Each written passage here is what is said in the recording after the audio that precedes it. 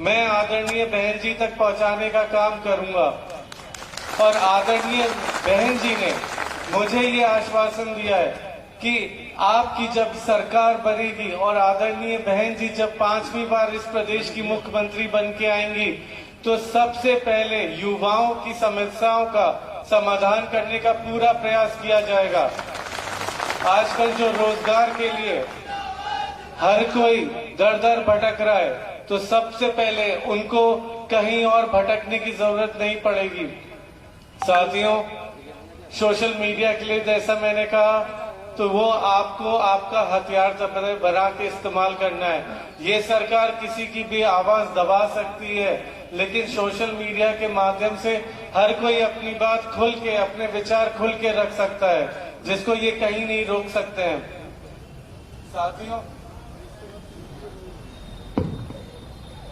साथियों, मैं आप सबसे ज्यादा वक्त ना लेना चाहता, क्योंकि आप सब लोग दूर दूर से आके हमारे आदरणीय पिताजी के विचार सुनने समझने आए।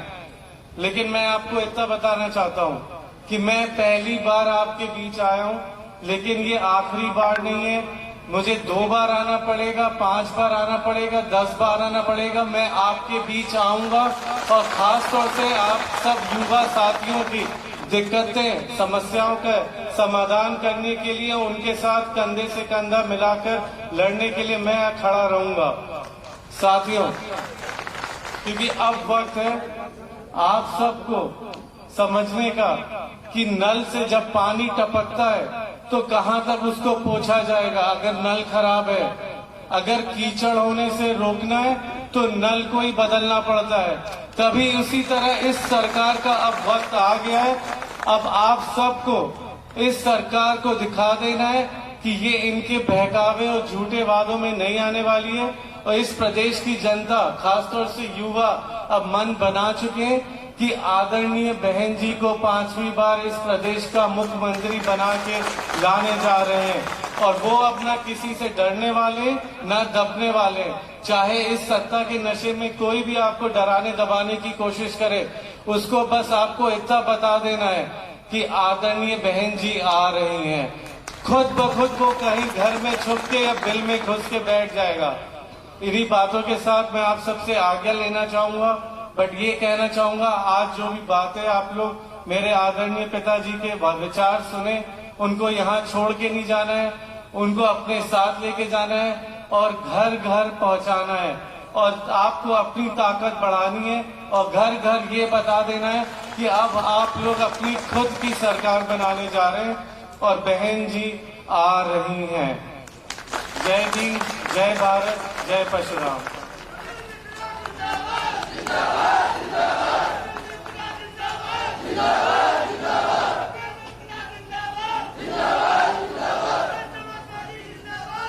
धन्यवाद,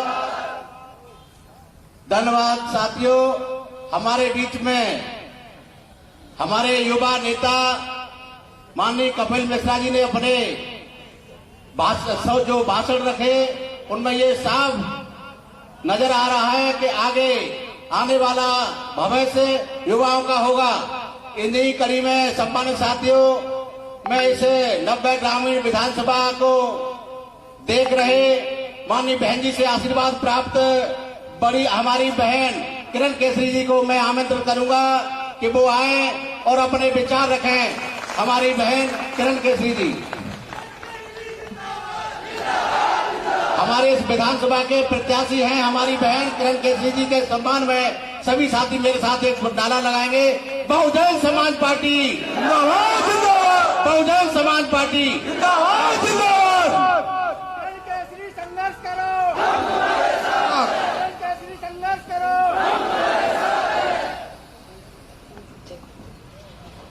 बहुत बहुत शुक्रिया बड़े भाई।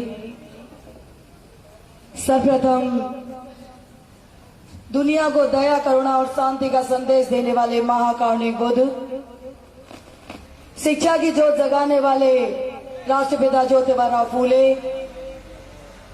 आरक्षण के जनक साहू जी महाराज, संविधान निर्माता, महिलाओं के मुक्तिदाता भारत रत्न बाबा साहब भीमराव अंबेडकर, बहुजनों में राजनीतिक चेतना पैदा करने वाले बहुजन समाज पार्टी के संस्थापक मान्यवर काशीराम साहब, मैं सभी को अपनी श्रद्धा के सुमन अर्पित करते हुए इस उत्तर प्रदेश की 4 बार की मुख्यमंत्री रही बहन कुमारी मायावती को अपना आदर्श नेता मानते हुए आज की इस सभा के मुख्य अतिथि हमारे परम आदरणीय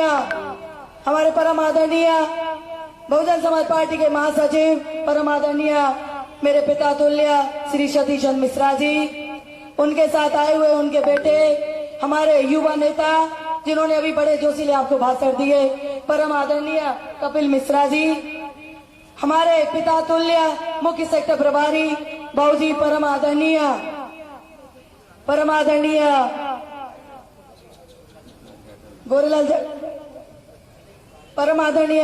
गोरेलाल जाटव जी, हमारे पूर्व एमएलसी मेरे बड़े भाई परम आदरणीय स्वदेश बीरू सुमन जी, बीरू भाई, मुझे उनका नाम नहीं याद रहता, बीरू भाई और सभी सम्मानित मंच और यहाँ पर उपस्थित इस विधानसभा के साथी और पदाधिकारी और हमारे ब्राह्मण समाज के सभी मेरे पिता तुल्य बुजुर्ग युवा साथी, आप सभी को मेरा जय भीम और सभी को मेरा राम राम।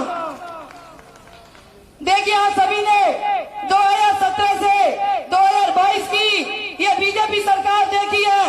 इस सरकार ने सभी लोगों से वादे किए थे, आज वो वादे 5 साल में आप सभी जान चुके हैं कि वो जुमलों में बदल चुके हैं। मैं जुमलों के बाद यदि कोई नाम दूं तो ये बीजेपी के वादों को कि इन लोगों ने जनता के साथ सबसे बड़ा षड्यंत्र करने का काम किया, जनता को 5 साल तक झेलने का काम किया, कपट किया। जनता को सबसे पहले जब लोगों वादा किया कि हमारी सरकार बनेगी तो प्रत्येक व्यक्ति के खाते में 15-15 लाख आएंगे। सरकार बनी, 5 साल चली, लेकिन आप बताइए क्या किसी के खाते में 15 लाख आए? वादा किया था हम काला धन वापस लाएंगे, हमने 5 सालों में काला धन आते हुए नहीं देखा, लेकिन हमने इन लोगों को, नीरव मोदी जैसे लोगों को इस देश का सफेद धन ले जाते हुए देखा है, पर काला धन वापस आते हुए नहीं देखा। किसानों से वादा किया था हमारी सरकार बनेगी तो किसानों की आय दुगनी होगी, हमने 5 सालों में किसानों की आय दुगनी नहीं देखी, बल्कि किसान की समस्या, किसान की परेशानी, किसान की आत्महत्या दुगनी होते हुए देखा है, पर किसान की आय दुगनी होते हुए नहीं देखा। गरीबों से वादा किया था हमारी सरकार बनेगी तो हम महंगाई कम करेंगे। इन बीजेपी के लोगों को 2017 से पहले 300 का सिलेंडर बहुत महंगा नजर आता था, चिल्ला कर कहा था सरकार बनेगी महंगाई कम करेंगे।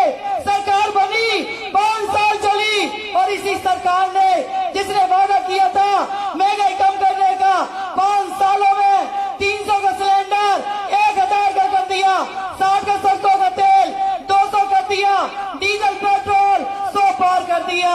वोट लिया था महंगाई कम करने के नाम पर और काम किया महंगाई को बढ़ाने का।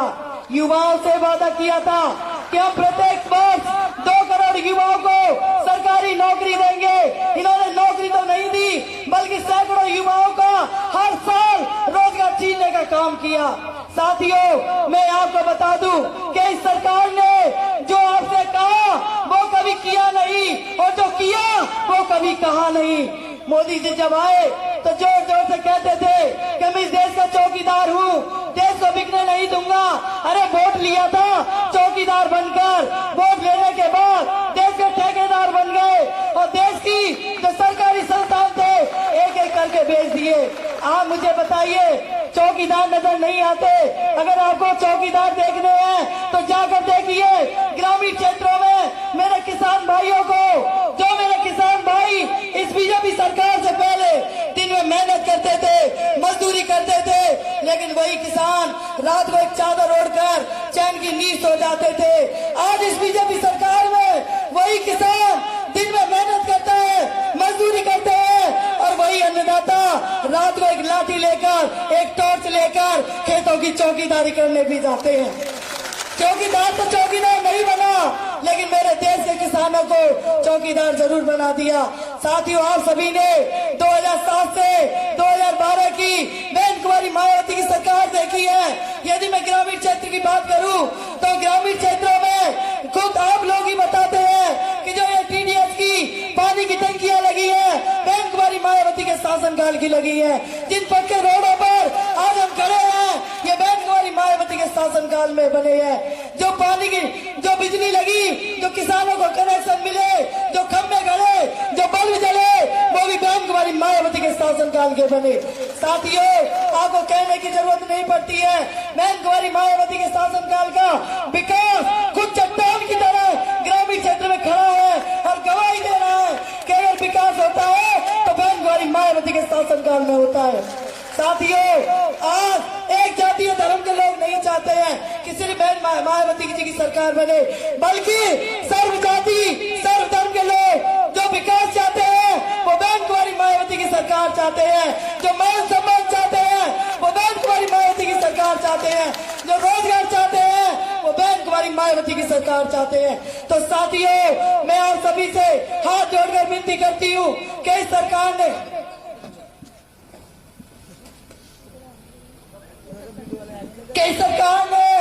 आप लोगों को 5 साल तक जो गरीबी की मार को आपके ऊपर डाला है, महंगाई की मार को जो आपने झेला है, बेरोजगारी को झेला है, बर्बाद होती हुई बच्चों की शिक्षा को जो आपने झेला है, साथियों, ये मौका आ गया है क्योंकि यह लोकतंत्र है। लोकतंत्र में कोई सिर्फ 5 साल के लिए हिटलर और शहंशाह हो सकता है, निरंकुश हो सकता है, लेकिन साथियों 5 साल बाद उस व्यक्ति को लौट कर इसी जनता के बीच में आना होता है। तो साथियों, आप लोग भी दिखा दो और 10 फरवरी को जाकर सबसे पहले हाथी वाला बटन दबा दो। साथियों, मैं आप सभी से हाथ जोड़कर विनती करती हूँ कि यदि आपको मान और सम्मान, हक और अधिकार, सड़क और बिजली और पानी चाहिए तो 2022 में 10 फरवरी को जाकर हाथी वाला बटन दबाकर बहन कुमारी मायावती की सरकार बनाइए। मैं आप सभी लोगों से ज्यादा न कुछ कहते हुए मैं किरण केसरी आपसे वादा करती हूँ कि मैं आपके हर सुख में, हर दुख में आपके कंधे से कंधा मिलाकर आपके साथ खड़ी रहूंगी। आप सभी से हाथ जोड़कर विनती है कि अपनी इस बहन, अपनी बेटी को 10 फरवरी को जाकर हाथी वाला बटन दबाकर भारी बहुमतों से विजयी बनाएं। 2 लाइन कह करके मैं अपनी बारी को विराम दूंगी कि सबको देखा सबको बरका और सबको शासन ढीला है, कि सबको देखा सबको बरका और सबको शासन ढीला है, और अब की सत्ता उसकी होगी जिसका झंडा नीला है। सभी को, सभी साथियों को मेरा जय भीम, सभी को मेरा राम राम। धन्यवाद बहन केसरी जी।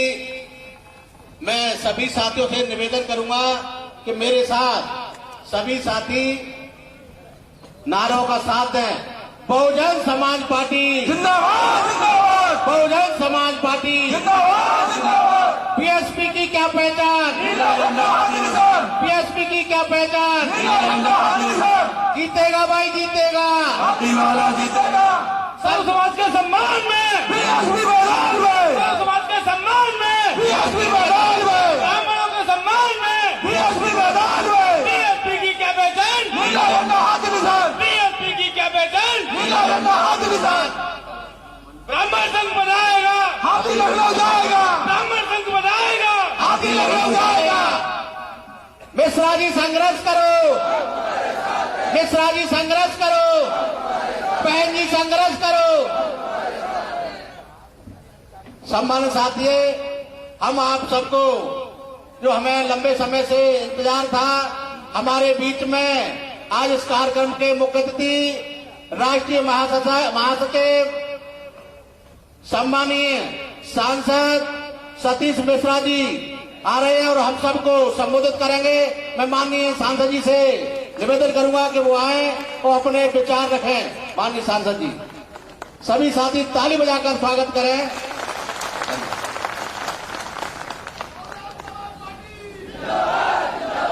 मिश्रा जी आए हैं, मिश्रा जी आए हैं। मंच पर उपस्थित बहुजन समाज पार्टी के सभी सम्मानित नेतागण, इस विधानसभा आगरा ग्रामीण में, जिनको कि हमारी पार्टी की मुखिया बहन मायावती जी ने अपना आशीर्वाद दे करके और आपका आशीर्वाद प्राप्त करने के लिए यहां पर भेजा है। बहन किरण केसरी जी, ये इनका आपने भाषण सुना, इनका ओजस्वी भाषण सुनने के बाद आपको कोई प्रश्न मन में नहीं रह गया होगा, बचा नहीं होगा कि जब ये बनेगी, विधानसभा में जाएंगी, तो ये किस तरीके से वहां पर आपकी बात को गरजते हुए रखने का काम करेंगी। ये आप लोगों ने आज यहां पर देख लिया है और ये निश्चित है कि ये विधानसभा में जीत करके पहुंचने का काम अवश्य करेंगे।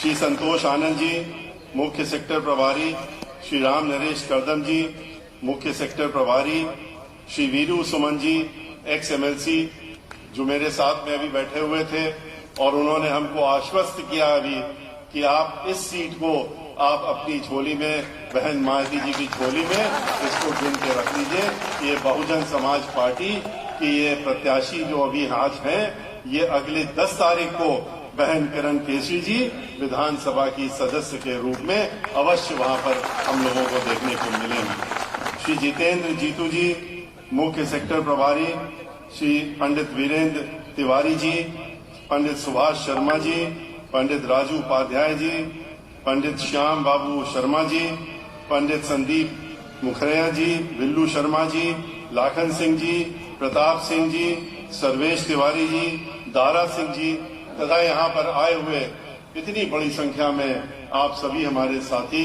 बहुजन समाज पार्टी के समर्थक और किरण केसरी जी को जिताने के लिए और उनका उत्साह बढ़ाने के लिए जो आप यहाँ पर इतनी देर से यहाँ पर आए हुए हैं, आप सभी लोग तथा मीडिया के साथियों, बहनों, भाइयों, आज हम लोग 7 तारीख को, कल चुनाव प्रचार का आखिरी दिन है और 2 दिन के बाद 9 तारीख के बाद 10 तारीख को सुबह वोट पाना है और उसी दिन आपको अपना भविष्य तय कर लेना है। आज से सिर्फ 48 घंटे बचे हैं। 48 घंटे के समय के बाद आपका भविष्य बंद हो जाएगा।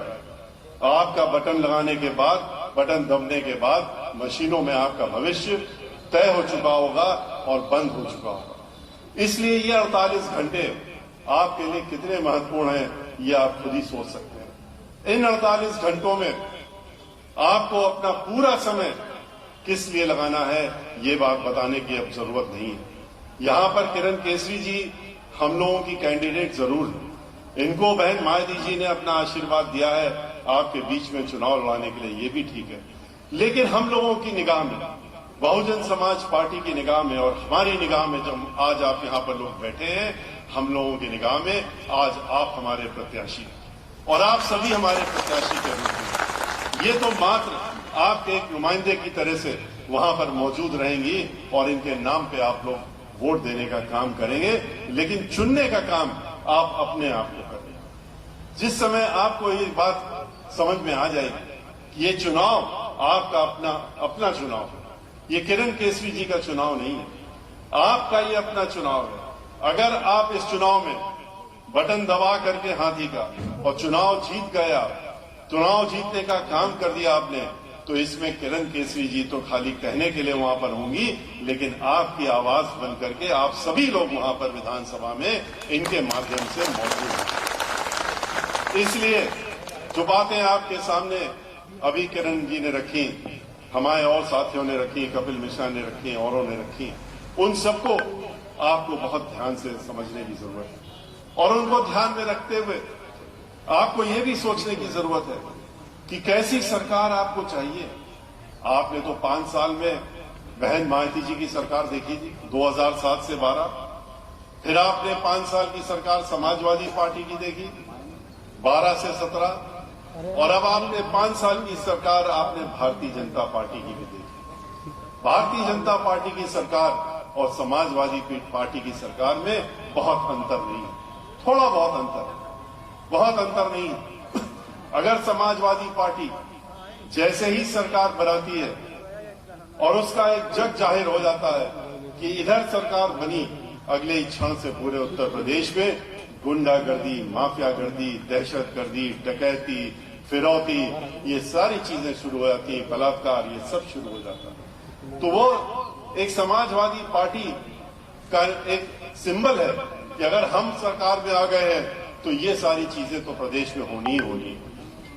लेकिन भारतीय जनता पार्टी को आपने उनको उखाड़ के फेंका।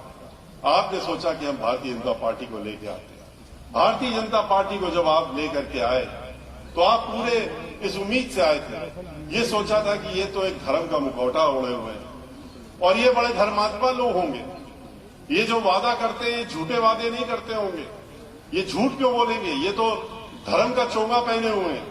लेकिन ठीक इसके विपरीत निकला आपको। इन्होंने तो झूठ बोलने की इंतहा कर दी। इनसे तो जितना झूठ बोलने का काम भारतीय जनता पार्टी के लोग कर सकते हैं, शायद विश्व में कोई नहीं कर सकता। और इसीलिए हम ये कहते हैं कि अगर झूठे प्रलोभन देने का एक कंपटीशन हो, झूठ बोलने का हो, एक प्रतियोगिता हो कि कितना झूठ बोल करके लोगों से वोट लिया जा सकता है, तो इस झूठ बोलने के अगर प्रतियोगिता अंतर्राष्ट्रीय स्तर पे भी होगी तो भारतीय जनता पार्टी के ही लोग जीतेंगे, वही नंबर 1 पाएंगे, क्योंकि उनसे ज्यादा कोई सफाई से झूठ नहीं बोल सकता है। याद करिए, आपसे क्या कहा था 15 लाख हर एक की जेब में आ जाएंगे, हमको वोट दे दो। किसकी जेब में आ गए? एक व्यक्ति पूरे ढूंढा नहीं मिला पूरे देश में, तो कह दिया जुमला है। कहा कि 2 करोड़ नौकरियां देंगे, कहां गई नौकरियां? लोगों को लाठियां खानी पड़ रही, नौजवानों को उनके सर फोड़े जा रहे हैं। 2 करोड़ से ज्यादा लोग सड़कों में घूम रहे हैं बेरोजगार होकर के। बेरोजगारी की सारी लिमिट जो है वो क्रॉस हो चुकी है, जितनी की जब से देश आजाद हुआ है इतनी बेरोजगारी कभी नहीं रही जितनी आज के रोज बेरोजगारी। और इसको पहुंचाने का काम बड़े तरीके से भारतीय जनता पार्टी ने किया। एक तरफ तो कहा कि हम आपको नौकरी देंगे और दूसरी तरफ नौकरी जहां पर मिलती है उन चीजों को खत्म करने का काम किया। और फिर आपसे कहते हैं, जब आप लोगों ने कहा, नौजवानों ने कहा कि भाई लाठी क्यों मार रहे हो, हम तो आपको आपकी बात याद दिला रहे थे कि आपने कहा था नौकरी देंगे, तो ऐसा क्यों कर रहे हो? तो कहते हैं कि वो भी जुमला समझ लो, लेकिन तुमको एक सलाह दे रहे हैं कि जाओ और पकौड़े बेचने का काम करो, पकौड़ा बेच करके। ये वो लोग हैं जो आपसे वादा तो करते हैं कि हम आपको नौकरी देंगे और उसके बाद कहते हैं कि नहीं, जाओ पकौड़ा बेचो। नौकरी देंगे कहां से? जहां जहां नौकरियां मिल सकती हैं उन सारे सरकारी उपक्रमों को इन्होंने एक एक करके बेच दिया, निजी हाथों में दे दिया।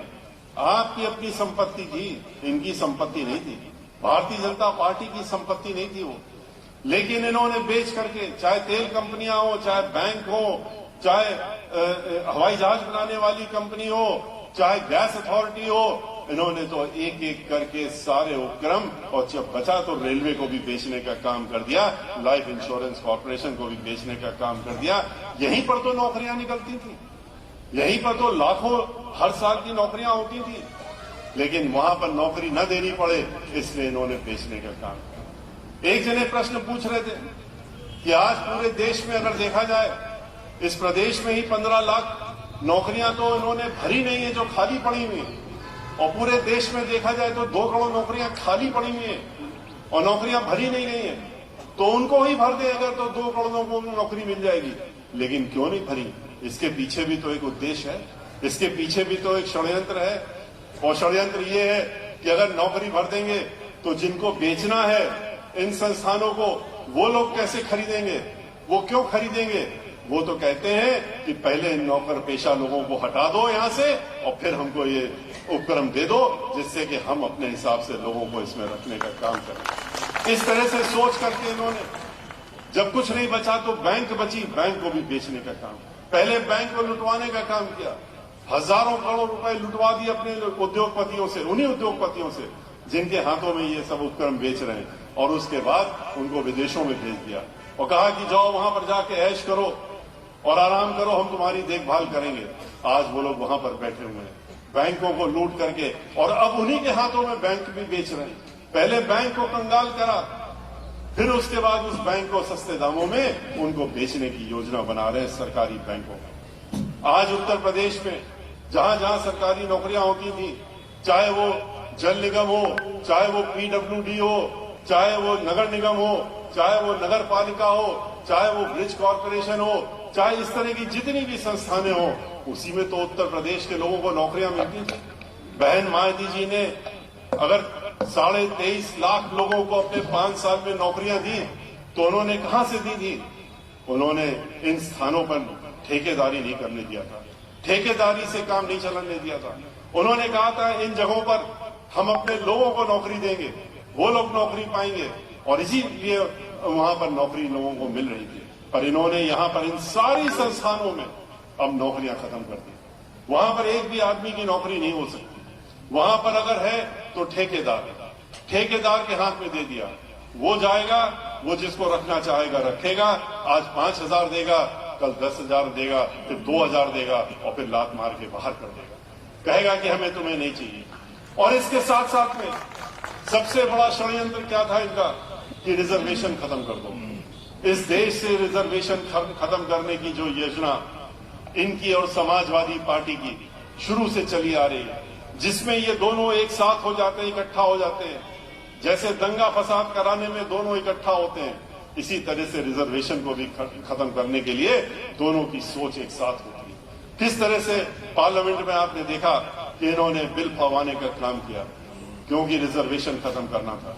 रिजर्वेशन खत्म करते करते इन्होंने जो अपर कास्ट समाज के लोगों को नौकरियां मिलती थी 50%, इन्होंने वो भी खत्म कर दिया। इन्होंने एक साथ दोनों तरफ निपटा दिया, इनको भी खत्म कर दिया और उनको भी खत्म कर दिया।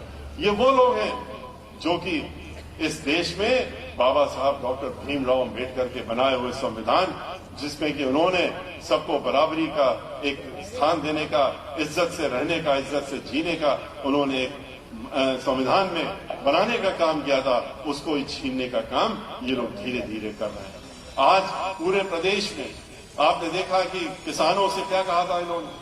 अभी हमारी किरण जी कह रही थी, किसानों से कहा था 2 गुनी आमदनी कर देंगे। 2 गुनी आमदनी तो नहीं कर दी, उनकी जमीन छीनने की योजना बना ली। 4 काले कानून लेकर के आ गए कि उनकी जमीन भी इन उद्योगपतियों को दे दें। 15 महीने तक किसान जो है पूरे प्रदेश में, पूरे देश में आंदोलित रहा। 700 से ज्यादा लोग मर गए, शहादत हो गई उनकी।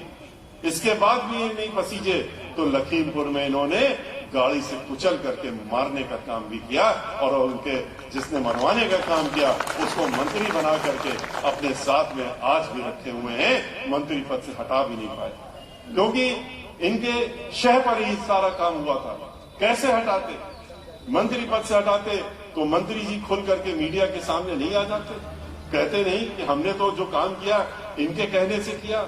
अगर किसानों को दबा के मारने का काम किया तो इनके कहने से किया। उसी जगह बहन मायावती जी को याद करिए। बहन मायावती जी ने अपने कार्यकाल में 2007 से 12 में किसानों की 2 गुना आमदनी करने का काम किया था। 125 रुपए क्विंटल गन्ना का दाम था। उनकी जब सरकार गई तो उस समय तक उन्होंने उसको 250 रुपए क्विंटल पहुंचाने का काम बहन मायावती जी ने किया। इनकी तरह झूठे वादे नहीं, लेकिन किसान हो, चाहे मजदूर हो, चाहे गरीब, किसी भी जात, किसी भी धर्म का हो, उसकी क्या समस्या है वो बहन मायावती जी को मालूम है, और वो उसका निवारण करने का काम बहन मायावती जी करने का काम करती है। दिन रात अगर वो सोचती हैं तो उन्हीं के बारे में सोचती है, कैसे इनका उत्थान हो, कैसे इनको हम मजबूत करें, कैसे इनको स्वाभिमान का जीवन व्यतीत करने का काम करें। और इसीलिए आपने देखा कि आगरा तो उनकी सबसे चहेती जगह है। आगरा में जब उन्होंने कार्यक्रम शुरू किए, उनकी जब सरकार थी, तब उन्होंने मानवर काशीराम जी के नाम से जो आवास योजना बनाई थी, उन्होंने सबसे पहले आगरा में आकर के और यहाँ पर आवास देने का काम किया था। हम उनके साथ में आए, उस समय हम उनके साथ में आए। उन्होंने कहा कि 1 कमरे का मकान नहीं देंगे हम, इनको भी इज्जत से जीने का हक है। और इसलिए गरीबों को, जिनके पास एक भी नया पैसा नहीं था देने के लिए मकान के लिए, झोपड़ी में रहते थे, झुग्गी झोपड़ियों में रहते थे, उनको उन्होंने 2-2 कमरे के पक्के मकान बना करके और देने का काम किया था। पूरे उत्तर प्रदेश में लाखों की संख्या में उन्होंने इस तरह के मकान दिए थे। 80 लाख मकान और बन रहे थे, हर जिले में बन रहे थे लाखों की संख्या में। लेकिन समाजवादी पार्टी ने आकर के उसको रोकने का काम किया और भारतीय जनता पार्टी ने भी उसको रोक के रखा। भारतीय जनता पार्टी और समाजवादी पार्टी ये एक ही सिक्के के दो पहलू हैं।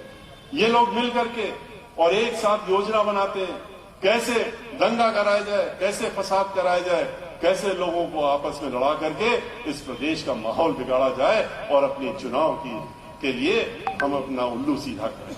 और इसीलिए आपने देखा समाजवादी पार्टी की सरकार थी, 134 दंगे उत्तर प्रदेश में हुए, 134 दंगे माने रखते हैं।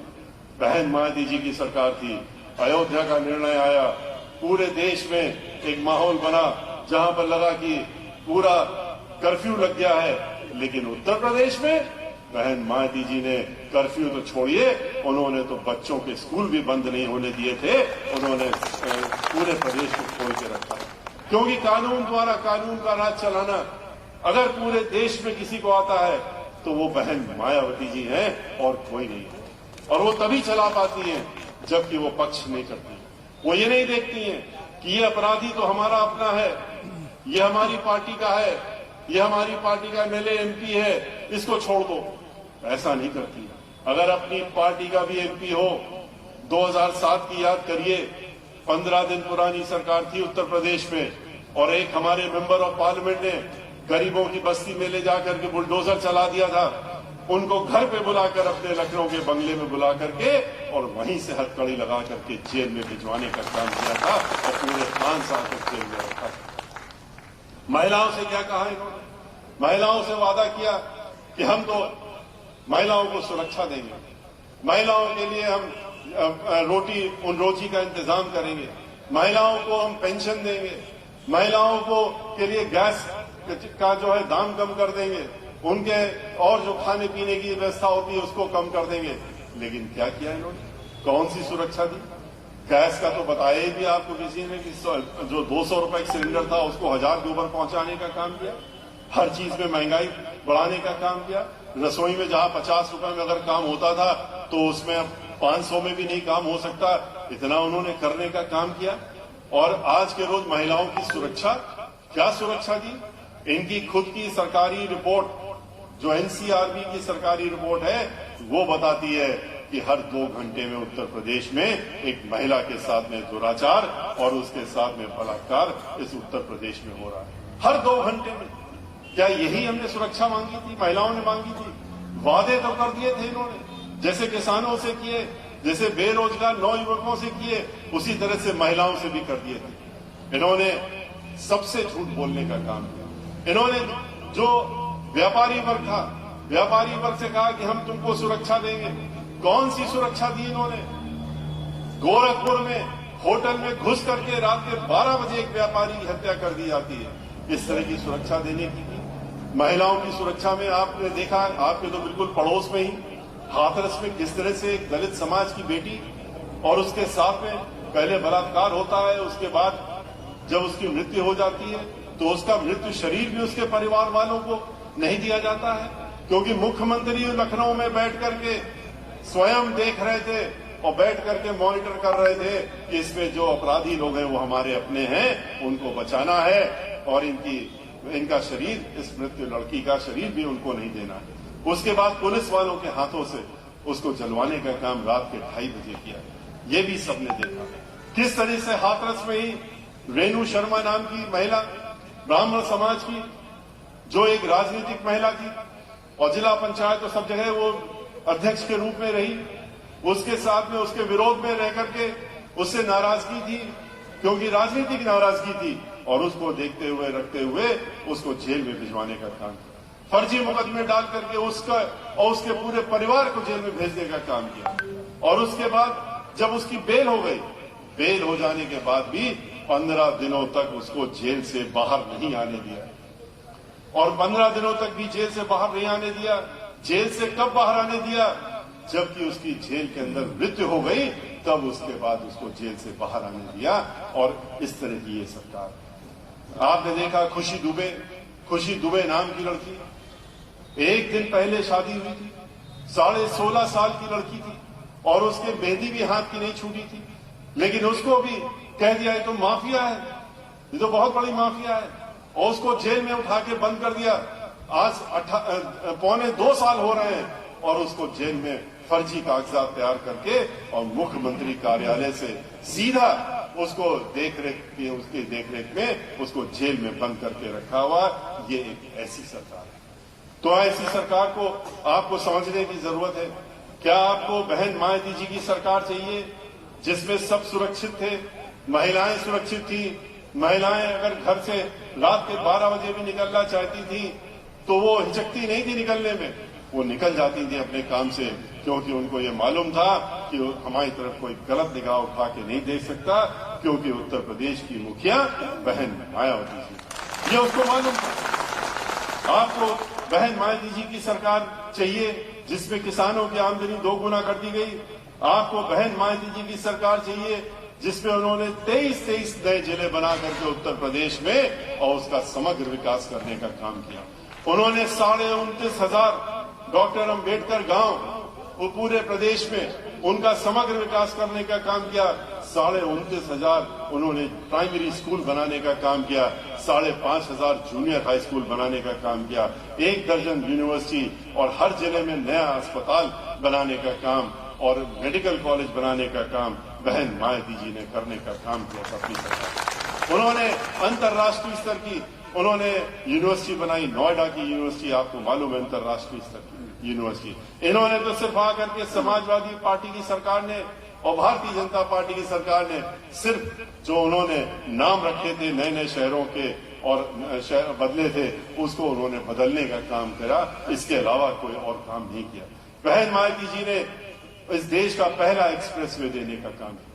उन्होंने जेवर एयरपोर्ट देने का काम किया, तो उसमें नाम बदल करके अब इतने सालों बाद पहले तो औरंगा लगाया और अब अपना नाम साइन बोर्ड में लगा दिया। लेकिन कब? जब चुनाव आ गया। इसी तरह से गंगा एक्सप्रेसवे बहन मायावती जी की देन, यहां से बलिया तक उन्होंने बनाने का काम योजना बनाई, शुरुआत भी कर दी, लेकिन उसके बाद वहां पर भी अपना पत्थर लगाने का काम 1 महीने पहले आकर के लगाने का काम इन लोगों ने किया। ये 5 साल तक कुछ नहीं करते रहे। बहन मायावती जी ने पूरे 5 साल काम किया। बिजली जो कि 6,500 मेगावाट बिजली खाली उत्तर प्रदेश में बनती थी और यहाँ उत्पादन होता था। बहन मायावती 17 साल से एक भी बिजली घर नहीं बना था उत्तर प्रदेश में। बहन मायावती जी ने आते ही आधा दर्जन से ज्यादा बड़े बड़े बिजली घर बना करके और 6,500 मेगावाट से 13,500 मेगावाट बिजली को पहुंचाने का काम बहन मायावती जी ने। आगरा में उन्होंने जितने भी उद्योग हैं, चाहे वो चमड़ा के उद्योग हो, जूता फैक्ट्री, जूता के उद्योग हैं और लोग जो हैं उनके लिए उन्होंने बढ़ चढ़ करके काम किया। आगरा उनकी चूंकि ऐसे भी उनके सबसे चहेती जगह है आगरा, और आगरा में आपने देखा कि अब की बार भी जब वो निकली, उन्होंने 7 सितंबर को लखनऊ में एक बैठक की थी बड़ी भारी।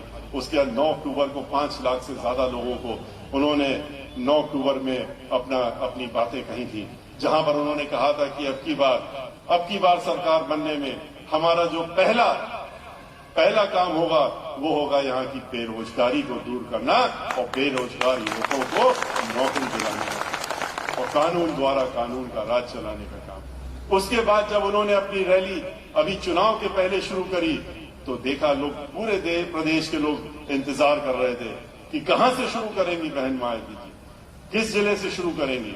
लेकिन हमें तो मालूम था कि उनके दिल में आगरा सबसे नंबर 1 रहता है और इसीलिए बाद में देखा कि उन्होंने आगरा से भी शुरुआत की और अपना चुनावी रण भी जो उन्होंने शुरुआत की, अब की बार रैली शुरू की है वो आगरा से शुरू की।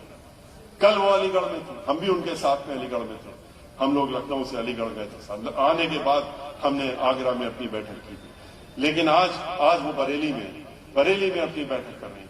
कल वो पंजाब जाएंगी। बहन मायावती जी हर रोज उनकी एक एक बैठक हर जगह होने का काम हो रहा है। लोग पूछ रहे थे कि बहन मायावती जी कब आएंगी। बहन मायावती जी हमेशा की तरह चुनाव के पहले अपना कार्यक्रम शुरू करती हैं। उन्होंने अब की बार भी शुरू किया और उनके आते ही अब सबकी नींद उड़ गई, सब परेशान हो गए। कह रहे बहन मायावती जी कब अपनी रैली बंद करेंगी। अब ये प्रश्न करने लगे, कह रहे हैं कि अब बहुत हो गया, उनसे कहिए विरोधी पार्टियां बहुत परेशान हो रही, चिंतित हो रही हैं। लेकिन अब बहन मायावती जी का जो रथ निकल चुका है, घोड़ा निकल चुका है, हाथी आगे बढ़ चुका है। ये हाथी अब चलता रहेगा और दौड़ता रहेगा। और ये 10 तारीख को जब उत्तर प्रदेश के रिजल्ट निकलेंगे तो उत्तर प्रदेश की सरकार बनाने के बाद ही, जब बहन मायावती जी 5वीं बार उत्तर प्रदेश की मुख्यमंत्री बनेंगी, तभी ये विश्राम करने का काम करेगा। उसके पहले कोई विश्राम नहीं होगा। आप लोगों से भी हमारी यही अनुरोध है कि इन सारी चीजों को ध्यान में रखिए। इनके झूठे वादों पे मत जाइएगा। ये फिर से चोंगा पहन करके और मुखौटा लगा करके आपके बीच में आ जाएंगे।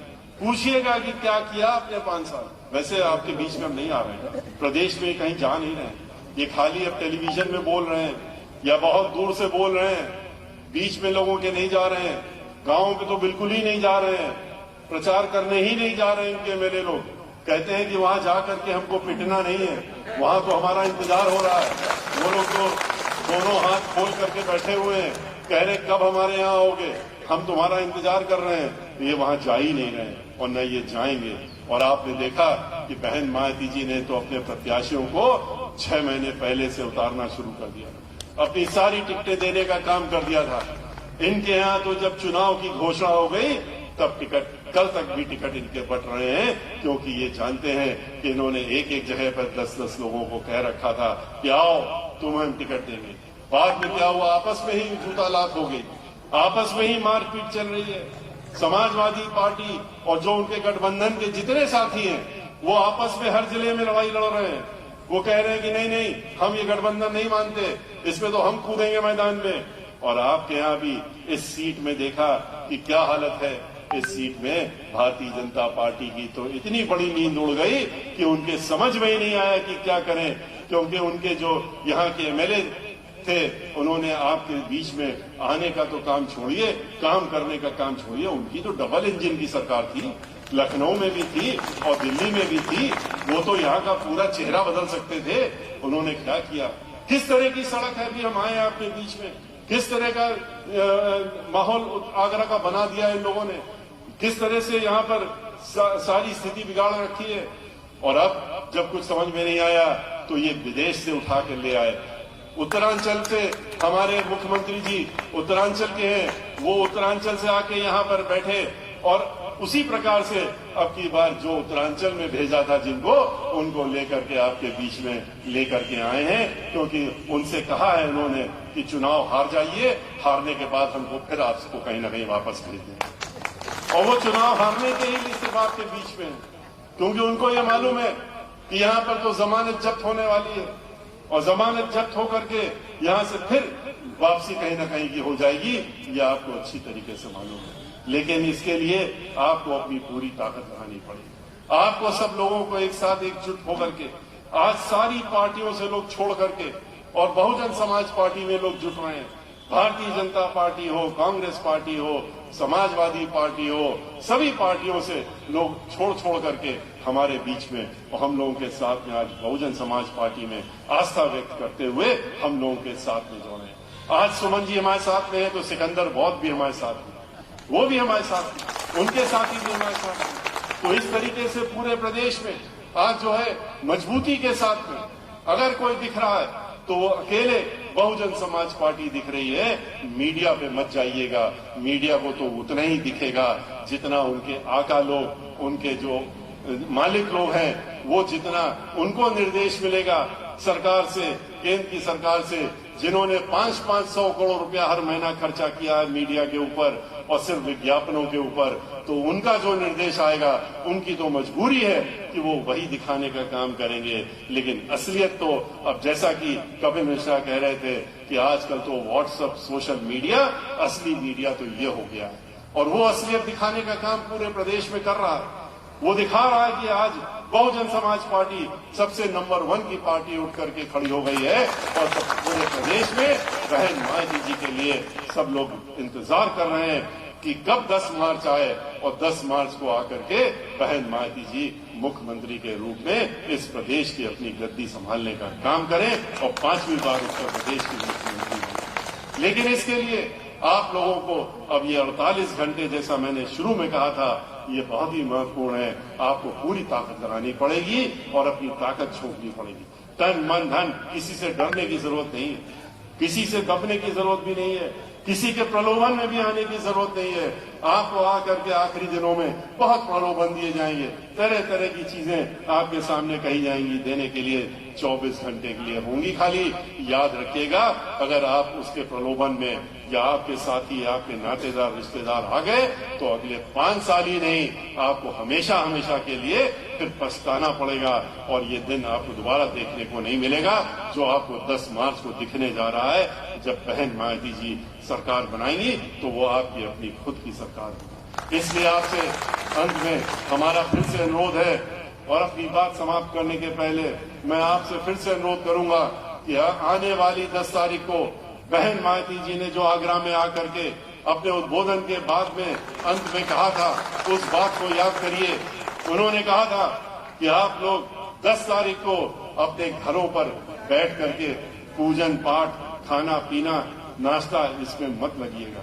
आप लोग सुबह उठिएगा, सबसे पहले जा करके वोट डालने का काम करिएगा, उसके बाद लौट करके स्नान ध्यान जो भी करना हो उसके बाद करिएगा।